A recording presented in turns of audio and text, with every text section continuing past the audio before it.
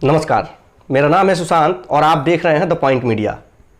आज सुबह से ही बिहार में एक बड़ी राजनीतिक घटना सामने आ रही थी। सियासी गलियारे में बिहार आकर्षण का केंद्र बना हुआ था। लोक जनशक्ति पार्टी, जिसके कभी मुखिया स्वर्गीय रामविलास पासवान हुआ करते थे, जिन्हें राजनीति में मौसम वैज्ञानिक के नाम से जाना जाता था, आज उनकी पार्टी मुसीबतों में है। उनकी पार्टी के कुल 6 सांसद हैं लोकसभा में, और उन 6 सांसदों में से 5 सांसदों ने अलग गुट बना लिया है और रामविलास पासवान के बेटे चिराग पासवान को अपने खेमे से अलग कर दिया है। और यहां तक कि उन्होंने लोकसभा स्पीकर ओम बिरला को चिट्ठी लिखकर बाकायदा यह बता दिया है कि हमने अपना नेता स्वर्गीय रामविलास पासवान के छोटे भाई पशुपति कुमार पारस, जो कि हाजीपुर से सांसद हैं, उनको चुन लिया है। इस चीज को लेकर सुबह से ही बिहार में काफी हलचल मची रही। मीडिया का मुख्य आकर्षण का केंद्र बिहार ही बना रहा।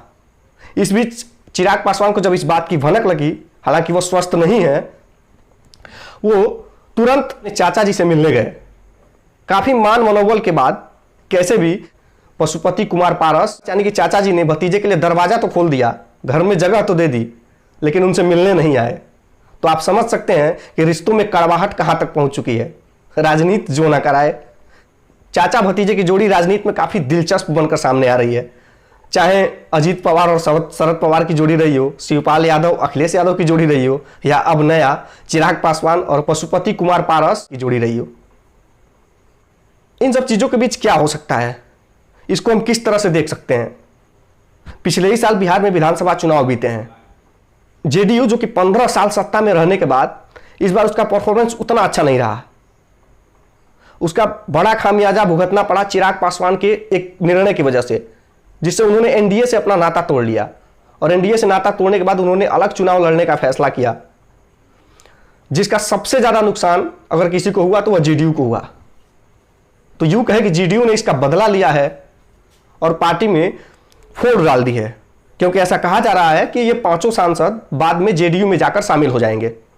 ये तो आने वाला वक्त ही बताएगा, लेकिन एक चीज इस घटना से सीखने वाली है भारतीय राजनीति में और भारतीय लोकतंत्र में, क्योंकि राजनीतिक पंडित ये बता रहे हैं कि यह भारतीय लोकतंत्र के लिए लोजपा की घटना काफी अहम है।